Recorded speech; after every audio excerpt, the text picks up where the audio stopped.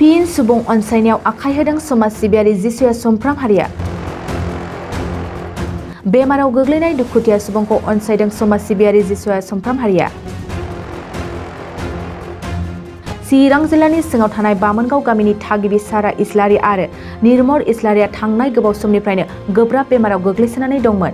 बेनि उनाव राहा गोमाजानाय बामोनगाव खायलाबारि गामिनि समाज सिबियारि जिसुया समफ्राम हारिया बिसोर सानै गोब्राब बेमारिखौ फाहामथाय होयो।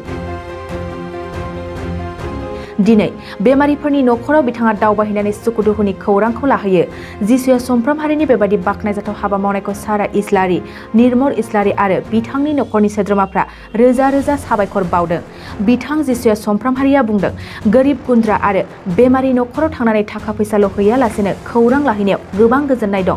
बिथाङा रांजों नङाब्लाबो खोथा बाथ्राजों मदद खालामनो खौरां बिजोंनि गेजेरजों रायजो राजाफोरखौ खावलायहरदों। गिबियाव आं इसोरखौ धन्यबाद होग्रोयो। मानो होनब्ला जों इसोरनि अननायावसो जों गासैबो गाहामैनो दङ। दिनै आं बेमाराव गोग्लैनांगौ मेन खारनानो जादोंमोन। फार्स्ट टाइमाव आङो स्टन जादोंमोन। स्टन अपारेशन आल सालाम हस्पिटालावहाय आं जेब्लानाखि अपारेशनाव थांदोंमोन, अपारेशननिफ्राय फैनानै आं मुलि जानाया एभारेज जादों थारमानि। गैलाबो 60 बेसेबांबासो जाहैदों आरो जेनेबा दा बे पावारा अभार जानायखाय थारमानि बेनिफ्राय फैफिननानै आंनो खोमानि खाथियावहाय जेनेबा बिराद सादोंमोन। दा बे सानायनि पारपासाव आं थानो हायै एबा गावखौ सहायनो हायै जानायलाय आं जेनेबा उफाय गैयियावहाय जेनेबा आं आगस्टिनाव आगरलानाव लांनानै जेनेबा आं बङाइगाव आगरलानाव लांनानै जेनेबा ट्रिटमेन्ट खालायजाहैबाय। बे ट्रिटमेन्ट खालायजानायनि उनाव दा गावसोर सार्जारि खालायनानै मोनबाय आरो जेनेबा थारमानि मुलि जानायानो माने बेबायदि एफेक्सन जाहैदों होननानै। दा बेनि थाखायनो आंहा जेबो राहा गैयै जानायलाय दा आं जिसुया सारखौ जेनेबा खावलायनायनि खेथ्रआव जिसुया सारा आंखौ जोबनो गैयै आंखौ हेल्प खालायबाय, मदद खालायबाय। बेनि थाखाय बिनि संसार जानायनि बेलायाव जाहाथे बिनि जेसेखि बिनि बिथांखि बा साननायसिम बिनि जेनेबा गोसोनि गासैबो साननाय हनाय गासैबो बेफोरबायदि जोंफोरबायदि गैयि दुखिया हावरियाखौ जेब्लायबो हेल्प खालायलांनो हायो बा मदद खालायलांनो हायो। इसोरनि सायाव बिनि सायाव जेनेबा आर'ज गाबनाय थाबाय आरो ना। दा माबायदि हालोदाव दं नोंनि देहाया? दा बर्थमान खामानि मावनो हानाय हायै जानो हानाय हायै? दा बर्थमान इसोरनि अननायाव दा बर्थमान जेबो मोनाखै। दा साबसिनसो हामसिन जागासिनो दं आरोना। आङो हाइ प्रेसारजों साग्लोबनानै दङमोन। प्रेसार जानायानो मास मोनसेनि बारा जाबाय। ओमफ्राय फार्मासिनि मुलि जादोंमोन। फार्मासिनि मुलियाबो जेबो खालामनो हाया। ओरैनो नायजायो, ओरैनो थायो। डक्टर मोजांनावबो लांनो हाया। डक्टर मोजांनाव लांनो हायैलाय फार्मासिनि जायैनो देहाखौ बारा मोनलांबाय। ओमफ्राय आथिं आखायालाय ओरै खावसे गोथै बायदि जाखाबाय, जर गैयि जाखाबाय। बिदि जादों आरो ओमफ्राय बारा मोनबाय आङो देहाखौ। आंखौ एसे डक्टर मोजांनाव लांदो होननानै आङो बुंबाय आंनि बोरायखौ। ओमफ्राय बोरै फैसा गैया मुं गैया माजों लांनाय बिदि सानबाय। फैसाखौ अननानै जानाय बे माबा मोनसे राहा लानांसिगोन होनबाय फिसाला गिदिरा। ओमफ्राय बेबायदि बुंनानै जिसुया सारनाव आं रायज्लायहरनायसै। आदाबो होनो नालाय रायज्लायहरनोसै। बियो माबा मोनसे खालामथारगोन, राहा मोनथारगोन बेनिफ्राय होननानै बुंबाय आरो। ओमफ्राय लांबाय डक्टरनाव। डक्टराबो बुंबाय जाहैबाय एसेबावलानो गिलिर बाहायग' दङ नोङो होननानै बुंबाय जाहैबाय। आंथ' थाल गैला। आइसिइउआव दोनबाय। आंखौ मा खालामदों मा खालामा आं मिन्थिया जेबो आन्दाज गैयै जाबाय आरो। आथिं आखाइफ्रा बख्रबजोबखाबायमोन। बिदि ओमफ्राय दा माबायदि अबस्थायाव दं? दा एसे सार जिसुयानि अननायाव साबसिन जाबोबाय आरो दा चेकआपआव थांबावनांगौ दङ।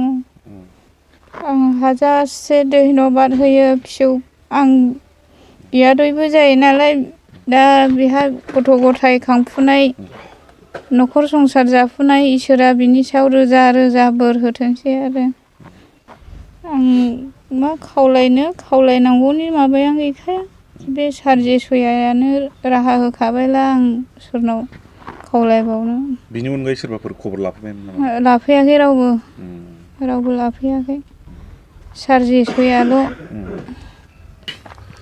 गिबियाव आङो नैबे चेनेल नायगिरि नोंथांमोनखौ आं धन्यबाद होग्रोनाय थाबाय।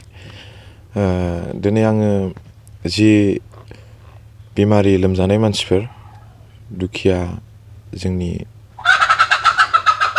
जाय मानसिफ्रा दुखु खस्थ'आव गोग्लैनाय मानसिफोर बेखौ आं दिनै सहाय होनाया आंनि खुनु जेबो माबा मोनसे थांखिनि थाखाय नङा। मानो होननानै बुङोब्ला जेब्ला समाव आङो बिदिनो 15-16 बोसोर बैसोनि दंमोन बेयाव माने आंबो गोबां दुखु खस्थ'यै देरबोनाय मानसि। माने बिदिनो मालाबा समाव हाग्रायाव बन लायनाय बा मालाबा समाव बिदिनो बारिफ्राव मुला लाफा फाननानै बिदिनो जोबोद खस्थ'जों देरबोनानै दिनै आं बिदि अबस्थायाव आं दंफैयो थाफैनो हाबाय बेयो गासैबो गसाइनि अननाय। आरो बेखौ लानानै आङो सानो जे दिनै आङो सिगांनि समायाव जेब्ला आं दुखुथिया हावरियायाव दङमोन बे समाव आङो गोबां मानसिफोरजों सोरजोंबा निन्दिजानाय बखिजानाय बुंजानाय बेफोरबायदियाव आंबो दुखु खस्थ' लानानै सौसिबोनाय मानसि। दा बेखौ लानानै आङो गोबां दिनै जोंनि BTC एरियायाव बा जोंनि चिरां एरियायाव गोबां दुखु खस्थ'यै दुखिया हावरिया मानसिफोर दङ।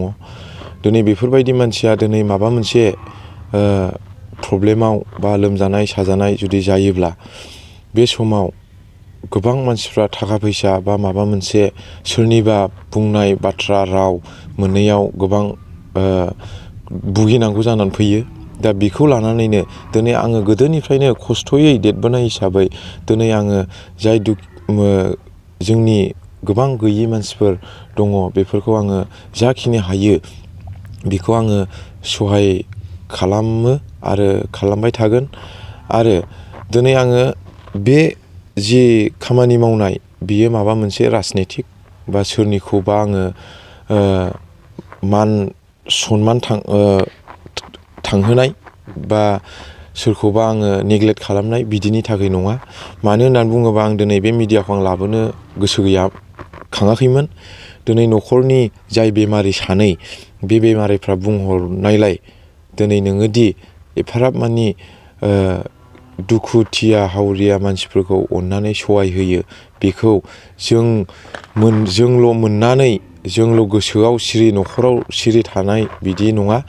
जोंबो खोन्थागोन नोंनि मावनायखौ जोंबो रायजो राजानो बा सोरनोबा जोङो फोरमायगोन होननानै लिंहरनायलाय बेवहाय आं फैनानै बे मिडियानि गेजेरजों नोंसोरो जाय बिथांमोना बे चेनेलनि नायगिरि बिथांमोननो आंनो बे खौरांखौ आङो फोसावनाय जादों। आरो बे खामानि मावनाया आंनि माबा मोनसे सोरनोबा दुगा गोसोजों बा थाखा फैसाखौ लानानै बा धोन सम्पतिखौ लानानै नङा। दिनै जाय बिथांमोना दुखु खस्थ'आव गोलैनाय बिसोरसो गावनि दुखु खस्थ'खौ मिथियो। आरो आं मोनसे खोथाजों आं खावलायनो सानो जे सोरबाफोर बायदिया दुखुथिया न'खराव खाथियाव जुदि दङब्ला हेल्प खालामलाय थाखा फैसाजों नङा खोथा बाथ्राजों साजेसन होलायनायानो बिराद गिदिर मोनसे बाख्नायथाव मोनसे राहा मोननाय बायदि मोनो। दिनै जाय न'खरनि मानसिफ्रा दुखु खस्थ'आव गोग्लैयो बिसोरबायदि मानसिया गासैबो आन्दायनाय माबा मोनसे गोमानानै थानाय बायदि मोनो। बिनि थाखायनो सोरबाफोर जुदि न'खर खाथिफ्राव बा उसुं खाथिफ्राव जुदि प्रब्लेमाव बा माबा मोनसे बिपदाव गोग्लैनाय दङब्ला नों आंजों बयबो थांलायनानै सहायगिता होलायनाय जोङो थानांगोन। अब्लासो जोंनि गामि एरिया ओनसोला डेभेलप आरो अनलायनायजों जों मिलायनानै जों थानो हायो। दिनै बेखौनो आङो खावलायो जे बे आंनि जि बेमारिखौ सोखानाय बा बेमारिखौ आङो फोसाबदों बियो आंनि दुगा गोसोजों नङा। गावसोरबो आंखौ खावलायदों बेस्रा जेन'बा आंथ' मिथियामोन जेब्लानाखि फार्स्टआव मादैया हस्पिटालाव लवार सिभिल हस्पिटाल काजलगावआव लांदोंमोन बेवहाय फिसालाया गाबै गाबै आंखौ बुंहरनायलाय आङो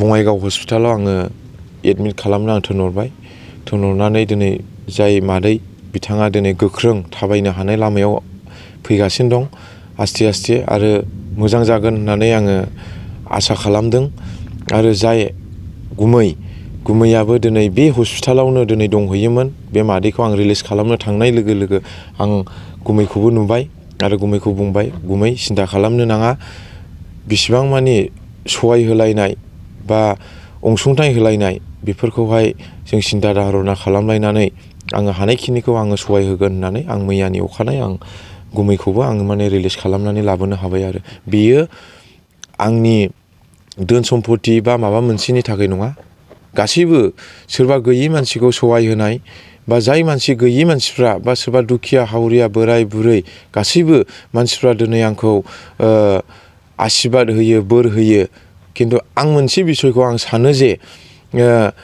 सोरनोबा दान होनायखौ जुदि नोङो होदोंब्ला बेखौ मालाबाबो नोङो उन साइडजों नोङो गिदिंफिननानै नायहरनो नाङा बियोखौ जुदि नोङो सोरनोबा जुदि अनसुंथाइ होनानै जुदि नोङो आं मानो होफ्नांखो एफाबां थाखा आं मानो होखो बेफोरबायदि जुदि नोङो सानोब्ला नोङो खुनु बेवहाय सोरनिबा नोङो आशीर्बाद मोननाय बा सोरबा नोङो बोर होनायब्लाबो बियो मिनिंलेस होननानै आं सानो आरो थिग बिदिनो आं सोरबाफोर जुदि आंबायदि गोबां मानसिफोर दङ दिनै आङो खावलायदों गोबां मानसिफ्रा दिनै दुखु खस्थ'आव गोलैनाय मानसिफोरखौ जाहाथे बिथांमोनाबो सहाय सुबिदा जाहाथे होलायलायो आं बेखौनो आं रायजो राजाखौ खावलायबावो आरो नोंथाङा सानाय सुनाय बेरामनि जेंनायाव गोग्लैदों नामा? जुदि नोंथाङा सानाय सुनाय दंब्ला जिंगासिनांगौ गैया चिरां जिल्लानि बेंटल गेट साफागुरियाव दायो एसआइ निउर' थेरापि सेन्टार दंसै। बे थेरापि सेन्टाराव नोंथाङा गोरलैयैनो देहानि सानाय सुनायखौ फाहामथाय लानो हागोन। बे आथिं सानायानो जाग्रोदों ओमफ्राय जानाया एसे सिगांनिफ्रायनो जाखादों ओमफ्राय बिदिनो गुबुन मुलि जाबाबायदों ओमफ्राय हामाखै दिनैनि ट्रिटमेन्टआ नङा आङो एसे मोजां मोनसिनबाय जेरै सिं सानाय आफादावरि सानाय मोदोम जरा सानाय आइजोफोरनि जेंना खर' सानाय बायदि बेरामखौ फाहामनाय जायो। लोगोसेयैनो बे सेन्टाराव थानानै फाहामथाय लानो हानायनिबो सुबिदा खालामदों। नोंथांमोनहा एसआइ निउर' थेरापि सेन्टाराव फाहामथाय लानो गोसो दंब्ला नैबे मबाइल नम्बर 7620160459 नङाब्ला 9476977956 आव थोंजों सुलाद लानो हागोन।